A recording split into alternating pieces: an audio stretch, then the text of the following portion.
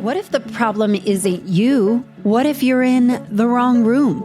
My suspicion? You're not broken and you don't need to be fixed. You've outgrown where you are. Let's get more space and freedom to redesign the life you deserve. Welcome to the Reinvention Room. I'm Allison Hare, podcast launch strategist for ambitious leaders, and we are rethinking everything we've been taught. Part pop culture, part real talk, and all smarter ways to live life on your own terms. You've been dreaming about this podcast for years. You have the idea, you bought the equipment, you got your cover art ready, you even recorded your first few episodes. You might even have a podcast interview or two in the can. And then you release it out into the world. Apple, Spotify, iHeart, Alexa, all of it. You're so excited. Your friends and family are excited for you. They're leaving reviews, they're listening, they're giving you high fives. You are pumped. Then episode 2 comes around. You're still fired up, but not quite getting the same response as the first episode. Okay. And then episode 3 comes around and you're like, man, this is a lot of work. You're not quite seeing those big downloads yet. And then you fade away. Wait. That's not going to be you. You want to know why? Because you tuned in today. You tuned in. And after coaching countless successful podcasters since 2019 and building my own top-ranked show and business, I am going to take off all the veneers. I'm going to give you everything straight. I have found that there are 4 components of podcasting that most podcasters miss almost entirely. But you are smart. You're going to do this right. And I'm going to help you have a podcast that doesn't just launch and crash. Yours is going to go the distance. Now, if you know of other people who have also been dreaming of their own podcasts, or they have one, or they might keep it on ice and they fumble around, they tinker around with it, and then it goes, life gets in the way and it just never gets out there. I want you to text this episode to them right away. Now, if you know you want support to put all this into action and do it the right way, I'm offering a free clarity call with me to see if working together would be a good fit. You can schedule that at AllisonHare.com/free call. And let's talk about leveling up your brand with the best damn podcast you can possibly make. Well, let's get into it. It feels like everybody has a podcast. It feels like all the topics are already taken. I started looking around. I have this name, it's really inspirational. And then I see there are 12 podcasts with the same exact name. Man, are there just too many? Is it oversaturated? Well, I wanted to share some stats with you. And these stats are going to be sobering. I'm not going to lie, but there is a different way to look at this that is going to show you how much opportunity there is for you to make a mark. So podcasts, according to podcastindex.org, as of June 2025, there are 4.2 million registered podcasts out there. 4.2 million. That's a lot. And I think when I looked at YouTube, I think YouTube has like hundreds of millions of channels that are out there. But 4.2, we're talking about podcasts today. 4.2, little less than 4.2 registered podcasts. But out of those less than 4.5 million podcasts, only 450,000 of them are active. Less than 500,000. And out of those active podcasts, meaning they have published a show in the past 90 days, less than 200,000, 198,000 of those podcasts published last week. So that seems like a really big disconnect. 4.2 million podcasts, but only 200,000 are publishing. So 4 million are just in the graveyard. So that can feel a little bit defeating, right? Like, I don't want my podcast to be like on the dump, right? Like on the heap of the pile. And more sobering statistics, but keep with me. This is going to show you how much opportunity there is for you to break through the noise and find your voice out here and find your people. 90%, okay, brace yourself. 90% of podcasts never make it past episode 3. 95% never make it past episode 8. I know that's hard, right?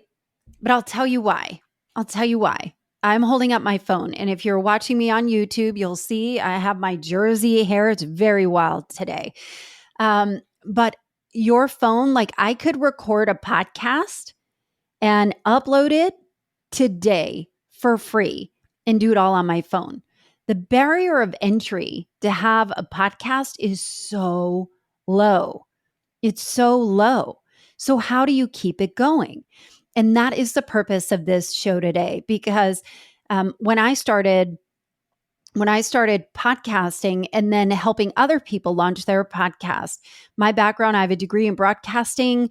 I started this podcast in 2019, and later on that year, I had put out a call to see if anybody was interested in launching their podcast, because I don't know, my brain just thinks in podcast. I have an aptitude for it. People kept asking me. And I got so many responses of people raising their hand and saying, yeah, I want a show. And so I would take this group of people through, and then I started doing this again and again and again. And what I started to realize through a lot of different formats is that I realized there was a difference. And part of the heartbreak for me of doing this work is when people would not keep going after we stopped working together. And so it consumed me really of how do you make a podcast sustainable? And even for myself too, my podcast has been through so many iterations. Do I want to publish every single week? No, I don't, and there are so many different ways to consider your podcasts. And that is really what we're going to be talking about today to make this way more manageable and define why have a podcast, right?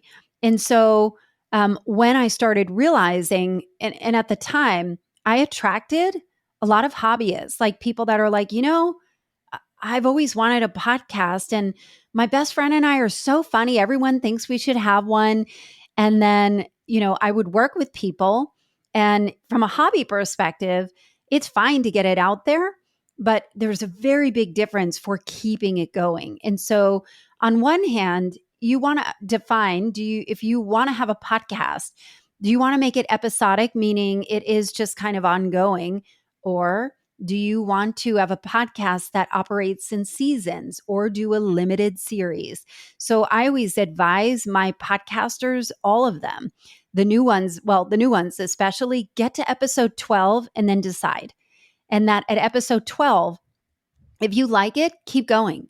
And it works, great. And if you don't, and this just doesn't fit, call it a day and call it a limited series and be done with it. And that's fine. I've actually done that myself. I did a 30 episode podcast called, get this, so it's very meta, The Podcaster's Journey, which was a podcast for podcasters about podcasting. So I interviewed all these incredible people. I got to 30 episodes, but I was kind of bored. And I had said all I needed to say. And then I hung it up and went back to my regular podcast. And that was that. There's no shame in your game. And honestly, people get a little bit tangled with perfectionism. On the podcast, I certainly have been guilty of that. But if you were to remember nothing else, your podcast is always in draft mode. You're always going to be improving. It is always going to be getting better. But what I talk about often of how do you make a podcast sustainable? At the time, I was attracting a lot of hobbyists, and a lot of times we would work together and they're like, oh my God, this is brilliant. This is amazing. I love it. I'm so happy. I'm so excited. This is it. And I'd say, okay, great. Now it's time to book your interviews. And they're like, okay, I'll get to that. And then the next week would go by. I haven't quite done it yet. My family's coming into town and I've got school coming back. And then maybe the holidays will be here. And then maybe in the new year, it'll be a better fit.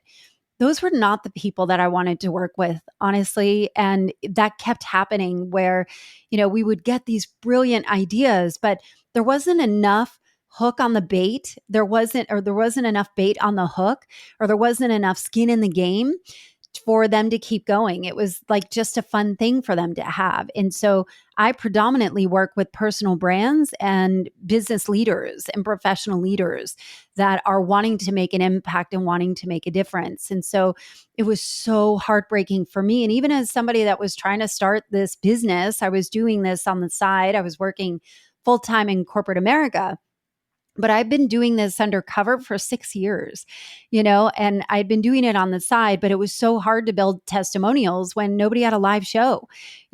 Some of those people still have shows or have very beloved shows. And one of them started in my very first program. Was Brian Green of The Commercial Break. And if you have not heard of The Commercial Break, it is one of the top comedy podcasts in the world and currently ranked at #1 in Apple and Spotify for comedy improv podcasts. And so it is ranked in the full podcast, but specifically in the comedy shows. And he started in my very first program, and it was really fun. So let's talk about the 4 Ps. Okay. So the first one is purpose. So not just the purpose of the show, but like, what is the purpose of the podcast for you? If people tell you you should have a podcast, but everything in your body is saying, no, it's going to be a ton of work, I don't want to do this, then let the answer be no and be done with it. And that is perfectly fine, right? What is the purpose of the podcast? Why? Why do you want it?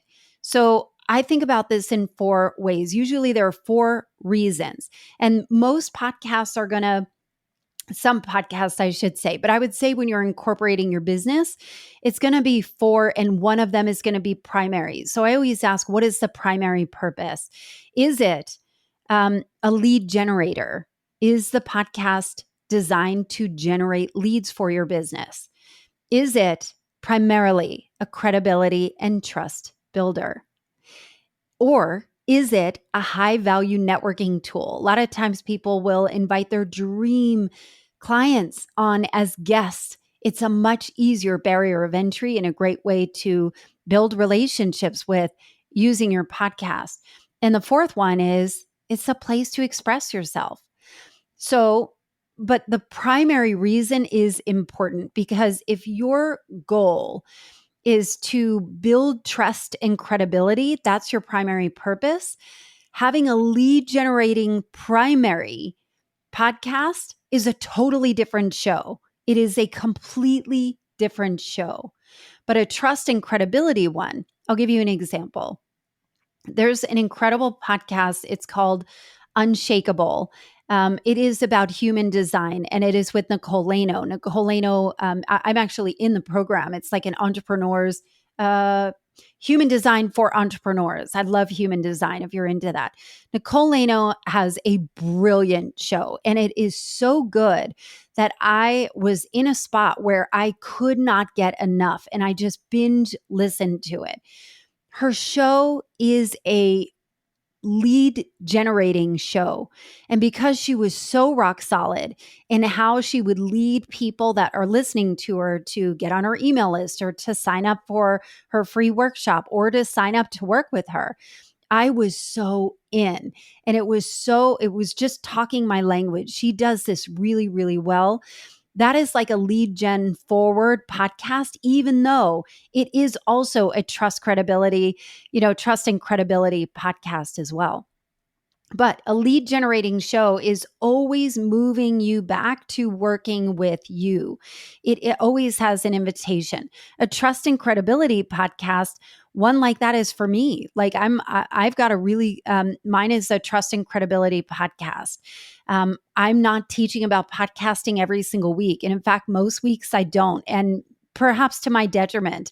But I love talking about culture, and I talk about using your voice. So it kind of like is the secondary thing is the lead generation, that every opportunity I have an opportunity to work with me. You can go to AllisonHair.com/free call. Or if you want equipment and you're trying to figure out what your setup is going to look like, see how I've incorporated this in. But you can go to AllisonHair.com/equipment, and I can take all the guesswork out for you, right? That's fine. One of my clients, the Coaching Equation, well, Ryan Lang and Brooke Bishop, they have a company called Empire Partners. Empire Partners only works with coaches. And so they help coaches become profitable business owners. They asked me to help them get their podcast launched. It is such a trust and credibility builder. And what they do is, and I've even heard people in their communities say, I was taught about working with Empire Partners. Somebody said, hey, you need to work with them. But I did not go to their website first. I went to their podcast to see. And once I heard them, I knew that's who I wanted to work with. That is a trust and credibility building podcast. So, a lead generation one, trust and credibility, high value networking tool. Again, you can get dream clients. And the fourth thing is a place to really express yourself. Sometimes when people come to me and they say, Allison, I just want to get I'll ask, what is the purpose? They'll say, I just want to get my story out there. I want to inspire people with my story. And I'd say, okay, well, what's in it for them? Well, they get to be inspired. Like it needs to have a little more root. And so it's harder to build a business podcast when it is just a place to kind of throw your stuff. I call it like a mud room, like a place to throw your stuff, right? And there is a place for that too. You just have to kind of be right size your expectations around the growth of the podcast because it is going to serve potentially a smaller niche of people that kind of get what you have. But when you bring in the other components about it, then it makes sense. So the first thing is purpose. The second one is who is the person you're talking to? So you may have heard this. If the wrong answer is everybody, right? Everybody is my listener. You really want to be talking to one person. So that's why I didn't say people. I said person. Who is your ideal listener? Ideally, if you're coming here from a business perspective, the ideal listener is somebody that wants to work with you, somebody that is ready to work with you, your ideal client. That would be your primary listener. Your secondary listener is going to be somebody that really enjoys your content and they're going to share it. They're big fans, but they're passive listeners predominantly. There's nothing wrong with that. The majority of your listeners are going to be that way. And the third way may be people that are just completely out of the realm. Like I think about the podcast Girls Gotta Eat. Girls Gotta Eat is one of the biggest, funniest dating and relationship podcasts for predominantly millennials. So I am totally out of their demographic for this. I'm married. I'm not dating, in the dating and relationships, but the show is really raunchy and raucous and funny. And it is so freaking funny that I love it. Love it, love it, love it, love it. That would be an example of a tertiary. I'm probably not going to buy their dildos because they sell adult sex toys as well. They have their own line of it. I'm probably not going to be their ideal client for that, but I sure enjoy it and I'm promoting it, right? That doesn't mean your show won't grow. So who is the person? So I would literally cut out a picture of who that person is. And if you don't know, make it up. You can have AI design it, whatever, and put it and like tape it on your monitor or next to your camera or whatever. Always talk to that person. I will give you a little bit of a sidebar. One of the ways that you can really make a massive impact is using you language in your podcast. You language meaning you talk directly to your listener. You don't refer to your audience. Like I think Mel Robbins does this better than anybody out there. She does this magnificently brilliant. She never refers to her audience as her audience or people tell me. She'll say, you're telling me. I'm telling you. She uses you language. And that is what draws people in because they feel like you're with them, right? And so if you have a show, people are going to be listening to it on their phone, most likely, right? And so that means they're going to be listening to you when they are out on a walk, or maybe they're blowing off steam because they had a fight with their partner, or maybe they're working out, or maybe they are doing dishes or putting their makeup on. You're keeping them company while they're in the bathroom, like doing their business. You're with them. Like, it's such an intimate thing. So talk to them directly. It works really, really well. So that's person. The third thing is premise. What is the premise? This is what most people think about. Like, what's your show going to be about? What is your particular unique perspective that you bring to the show? What is the premise of your show? And this part is like, what's it about? And I would encourage you to sum it up like, this podcast is for this kind of people solving this kind of problem.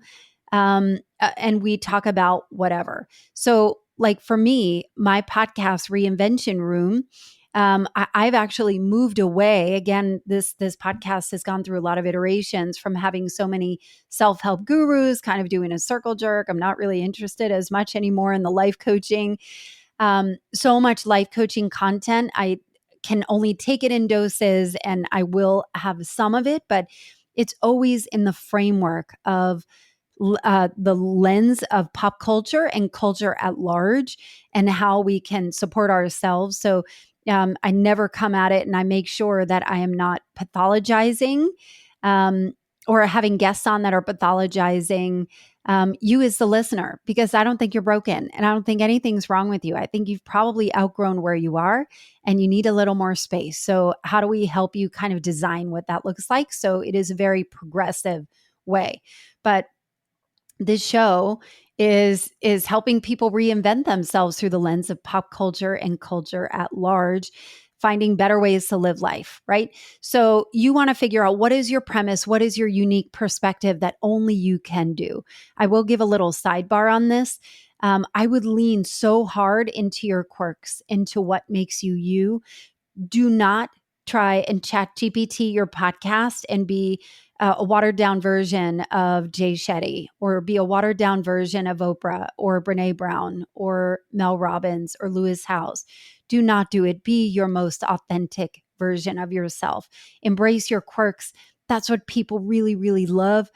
So I always think about this, is that a few years ago I was in a podcast conference for women, and there was a woman there, and she lived in like Virginia or something, and she was deeply, deeply obsessed. She was deeply obsessed with game shows out of the UK. And yes, I'm serious. Game shows out of the UK. She created a podcast about it. And do you think that podcast had massive success? No, probably not to your standards. But did it have a really devout, like hardcore following? It sure did, because she was talking to her people, and she was talking in a language that she understood. She wasn't trying to be anybody else's replica. She was leaning into what was, what her quirks were. So I always say, like, what's your weird, and lean into it. Like for me, I love cults, and I love talking about trad wives, and there are things I can talk about endlessly. DCC, I'm really into Dallas Cowboy cheerleaders. Maybe I'll do a whole episode on it. Who knows? But that premise and that perspective is why people tune into you. And even, you think about Tucker Carlson, right? You may not agree with everything that he says, but you're going to listen because you want to hear his perspective. You want to hear that if it's something that you buy into, or you think it's completely outrageous. So it's the same concept here. It doesn't mean that you have to be completely off the wall, unless that's your personality and that's your vibe. Then yes, go for it. But people are tuning in because they want to hear your perspective. And then the fourth thing, so we talked about purpose, person, premise, or perspective. And this one is critical. This one makes your job as a podcaster so much easier, because this becomes your North Star. What is the promise of your show? In other words, what is the packaged takeaway that your person gets to leave with? So I think about it as like a snack, right? Like if you're walking by the pantry and you take that bag of Doritos or that snack, and that you can either eat it and consume it yourself, or you can share it. That's what you want. I'll give you another way of putting this. If you have been in a sermon, right? Like you go to church and your pastor and you are so moved, you're so inspired, you're so blown away. You've never experienced a church service like this. And you are flying out. You might as well have angel wings. You're flying out of church. And you see a friend at brunch, and a friend says, "Wow, you look great. Where are you coming from?" I just came from church. It was so amazing. Well, what was it about? Oh, it just was so inspirational. I mean, they talked about Hebrews, and they talked about Jesus. Like you just have had to been there. That is not a good sermon. That is not a good sermon. And the same goes for podcast episodes. You want people to have it packaged where they can tell a friend, they can apply it to their life. That is a great sermon. I live in Atlanta. Andy Stanley is a huge pastor of a mega church that is very, very well known worldwide. I have sat in Andy Stanley's sermons and I am completely moved to tears. And there are lessons that I've learned from him from 15 years ago that I have never forgotten. And I heard him talk about on another podcast about how he shapes his messages. And he said, I know that if people remember them, the only way they remember them is if they are portable, meaning I need to package them in a way that it's memorable. It's one thing to be very esoteric and talk about things that are inspiring and make you feel good. But he spends all this time like making things rhyme or having some kind of framework or having something there. So that part is really important. So when I give you these examples, as an idea, like we talked about the commercial break, right? Brian Green and his partner, Chrissy, who is his co-host on this hilarious show. Their promise is that you will laugh at least once. You will laugh out loud at least once, but not like, that was funny. You will literally spit soda out your nose. It's so damn funny. At least once an episode. That's his promise, right? The Coaching Equation, Ryan and Brooks podcast. Every single episode, they deliver a framework. They deliver an equation. The equation is right in the title of the show, The Coaching Equation, for coaches. So they are always delivering that. Diary of a CEO is a great example that they always leave. You will always leave with a conversation starter. Like it's going to stir something up. So maybe for you, it looks like a practical takeaway. Maybe for you, it looks like something that they can leave, but you want them to share the show. So the promise is what helps do that. So those are the 4 Ps: purpose, person, premise, or perspective, or promise. And honestly, knowing about the 4 Ps is great, but action is everything. Action is everything. So what are you going to do with this? How are you going to put this into practice? Most people, when they think of podcasting or starting a podcast, they are just focused on, let me just get that first episode out there. And then it's out there and they're like, well, let me just let the podcast gods do their magic and hopefully it'll just take off. That's where people struggle. That's why there are so many in the podcast graveyard. But when you have a strategic, intentional, focused, thoughtful approach to your podcast beyond just the strategy of like, here's who's going to edit it, here's when I'm going to record, all of those initiatives and those are fine. And again, there are systems and technology that make it so freaking easy now to publish and to have a decently sounding good show. And again, you can go to AllisonHair.com/equipment. That'll give you a quick start guide and an equipment. So you can just click and go. So you don't have to go through crazy rabbit holes trying to compare and get frozen from that. Those are fine, but you want your show to make an impact. You want it to grow your influence and to grow your income.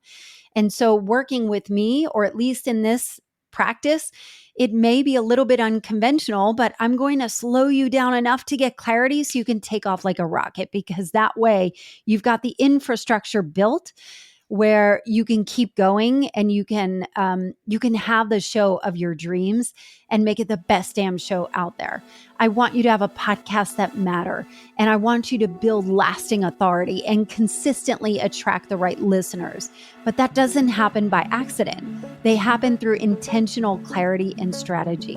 So, as you know, I've helped podcasters turn vague ideas into profitable, influential platforms, and I would love to do the same for you.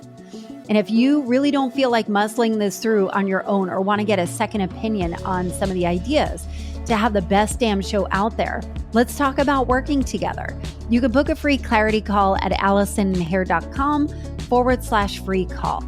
And while we're out there taking action and stuff and doing things, won't you go write a review for the show for your podcast on your favorite podcast player? That feedback helps me make a better show for you and help people like you find me so we can grow our community even stronger. Well, thanks for listening. And remember, your audience is out there. Talk to them. If you liked today's episode, there are several ways to support the show. I produce this show myself, so it helps me continue to make it. First, please rate and review the show on the platform where you listen, and consider sharing this episode with a friend or five. That's how it grows, by sharing these ideas. Second, please sign up for my email where I send out a short personal note to you every week, and always with a sprinkle of snark and some best finds. You can sign up at AllisonHair.com/email. As always, thanks for listening and hanging out with me in the Reinvention Room.